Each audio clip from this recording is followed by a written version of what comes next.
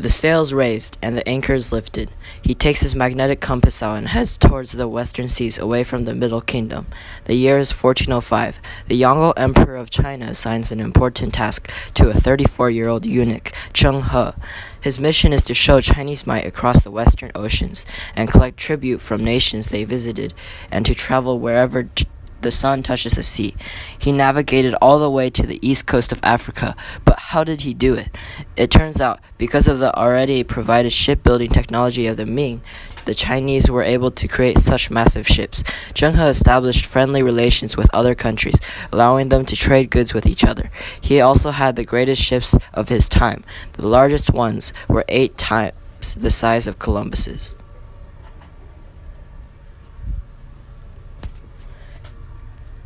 Zheng He led 7 triumphant expeditions across the Indian Ocean, lasting from 1405 to 1433, all of which were organized with one objective: to spread China's influence. He was able to do this by brandishing China's advanced technologies to other countries, trading with them, which allowed Chinese products to grow in value, and by gifting them with goods and bringing back new resources and ideas to the Ming court. Zheng He was born with the name Ma He into an Islamic household in southwest Yunnan, 1371. His father made frequent pilgrimages to Mecca by boat and told his son stories and legends of his father's adventures. So from a young age, he was always interested in the vast oceans. Yunnan was one of the last Mongol/Yuan provinces after rebellions led by a leader from a peasant family named Zhu Yuanzhang.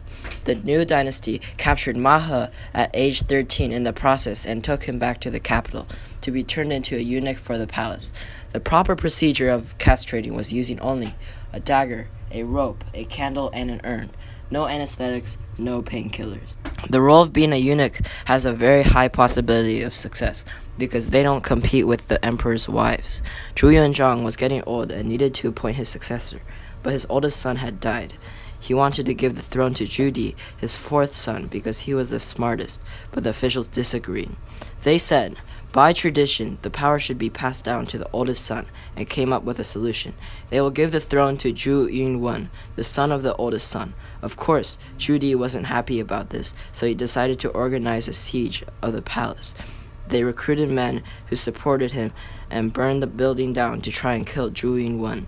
After the fire died down, his men brought back a bottle claiming it was the ashes of his nephew. The throne was finally his, going by the name the Yongle Emperor.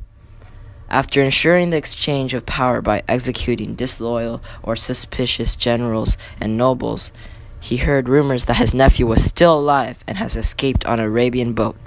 The emperor was furious. As long as his nephew was still living, there was a threat to the throne.